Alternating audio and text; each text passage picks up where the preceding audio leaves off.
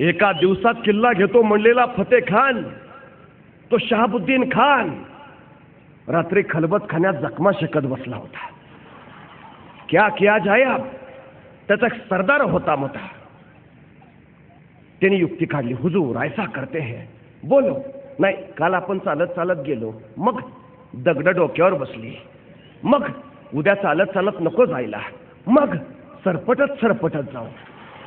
म्हणजे दगड आली तरी वर्ण जातीला आपल्याला लागणार नाही.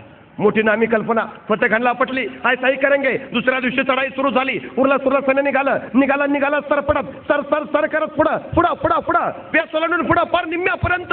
कुणी डोकं वर करायला तयार नाही. चुकून डोकं वर करायचो, डोक्यात दगड बसवायचा, डोक्याला ताप नको, बघ खालीन चल पुढं. सर करत निघालाय सैन्य. शहाबुद्दीन कडाडतोय, चलो आगे चलो लेलो किल्ला, चलो पुढं टप्प्यात आला सैन्य. आता जवळजवळ किल्ल्यावर पोहोचणारच. शहाबुद्दीन आनंदला लिया चलो आगे. आणि सरपटणारा सैन्य टप्प्यात आलं तसे मराठे सावध झाले. रात्रभर जागून तटबंदीवर मोठमोठ्या दगडी शिळा गोळा करून ठेवलेल्या.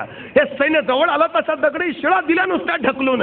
गडगडा करत शिळा सुटल्या खाली. सरपटणाऱ्या प्राण्यांना कायमचं सरपटणारा करून मग तळा जाऊन थांबल्या. शहाबुद्दीनला काही कळे ना, क्या क्या जाय. मग त्यांनी स्वतःच्या तोफखाना प्रमुखाला बोलावलं. कल तोफे लागल, दाखव तोफे किले पर, बस तोफों से कितने पल में आएगा किला हाथ में.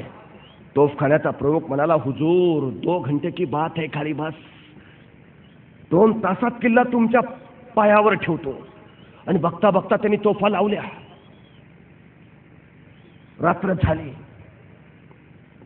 आता सकाळी युद्धाला सुरुवात होईल. सगळे मोगल निवांत झोपले. उद्या सकाळी उठायचं आणि तोफखाना लावायचा. बस तोफा चालू झाला की किल्ला ताब्यात.